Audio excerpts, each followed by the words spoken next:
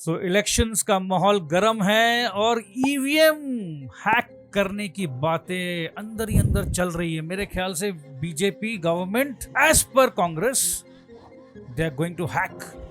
क्या है आपका कहना इस पर? नहीं, मैं बोल रहा हूँ अगर ईवीएम ही हैक करना होता तो 400 क्यों लेकर आते? जितनी भी 542 सीट है वही ले आते। और ईवीएम हैक अगर होती है, मुझे लगता है कि कांग्रेस को भी प्रचार नहीं करना चाहिए, महागठबंधन नहीं बनाना चाहिए। उनकी तो बहुत अच्छी चाइना के साथ एमओयू साइन हुआ है, चाइनीज हैकर्स को बुलाइए और सारा का सारा ईवीएम हैक कर लीजिए। एक रकम का जो मिसनोमर बनाया जाता है कि ईवीएम हैक हो सकती है, that's a most foolish thing. बीच में इस टाइप की अफवाह इन्होंने उड़ाई थी और इलेक्शन कमीशन ओपन चैलेंज दिया था सारी पार्टीज को, आप हमें हैक करके दिखाइए, हम हैकाथॉन बनाते हैं। हैकाथॉन जो भी ईवीएम आकर के हैक करके दिखा देगा, हम लोग ईवीएम बंद कर देंगे। दे दिया था, एक पर्टिकुलर जगह दे दी थी, अलॉट कर दी थी। उस पर्टिकुलर डे पे कोई भी ये ईवीएम का जो हैकिंग की बातें करने वाले लोग हैं, कोई भी पार्टी नहीं है, क्योंकि ओब्वियसली ईवीएम हैक नहीं हो सकता। EVM is like a calculator, it is not connected by bluetooth और वाईफाई और by some external signals and everything. It's just like a plain calculator. और उसमें भी मॉक ड्रिलिंग होती है, अलग अलग पार्टी के सारे प्रतिनिधि उस मॉक ड्रिल में हिस्सा लेते हैं, वो सेटिस्फाइड होते हैं, उसके बाद सिग्नेचर होता है, उसके बाद वो ईवीएम स्टार्ट होता है। सेकेंडली, आप बोल रहे हो कि मोदी गवर्नमेंट ईवीएम हैक कर लेगी। 2014 में तो मनमोहन सिंह जी की गवर्नमेंट थी, सोनिया माता की गवर्नमेंट थी। उस समय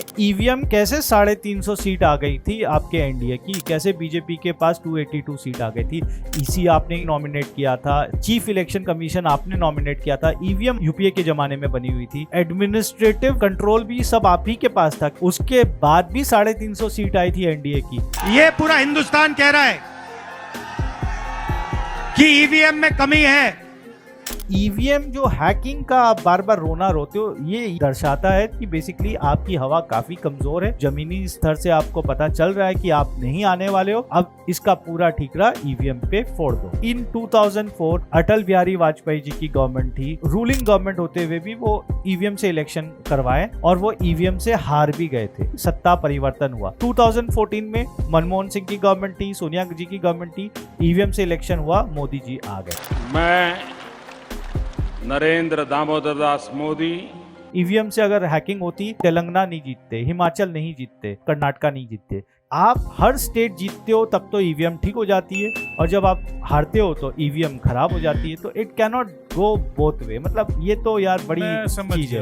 और आप क्या बोलते हो, आप बैलेट पेपर लाना चाहते हो। हमने देखा है वो बैलेट पेपर में कैसे बिहार में, कैसे वेस्ट बंगाल में एक साइंटिफिक रिगिंग होती थी, कैसे बैलेट बॉक्स पलटी हुआ करते थे, कैसे लोग बूथ कैप्चरिंग करते थे, बूथ में घुस जाते थे, ठप्पा मार मार के निकल जाते थे। तो क्या आज आप हमें वापस उन दिनों पे लेके जाना चाहते हो? 20-30 साल पुराना जंगल राज की तरफ लेके जाना चाहते हो? ईवीएम में आज वीवीपैट है, आप आराम से वोट देते हो, आपको स्लिप दिख जाती है कि आपने वोट सही दिया कि नहीं दिया। एक वीवीपैट लॉटरी से निकाला जाता है और वो वीवीपैट को टैली किया जाता है। टैली करने के बाद उस पे साइन की जाती है। आज तक कोई भी वीवीपैट का टैली गड़बड़ नहीं हुआ है। So how can EVM be hacked? Tell me one.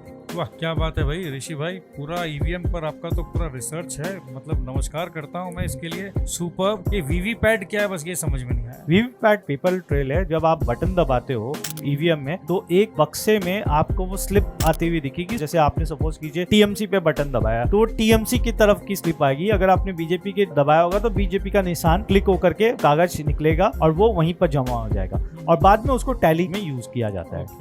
सो कहीं ना कहीं जैसे छोटे बच्चे जब रेस हार जाते हैं तो घर पे आके मम्मी को बोलते, मम्मी उसने मेरे को धक्का दे दिया, उसने मेरे को लंगड़ी मार दी, मैदान खराब था, मैदान टेढ़ा था। तो ये नाच ना आवे आंगन टेढ़ा, यही चीज है और क्या है। क्योंकि जब आप जीतते हो तब तो ईवीएम ठीक हो जाता है, जब आप हारते हो तो ईवीएम खराब है, ईवीएम हैक्ड है।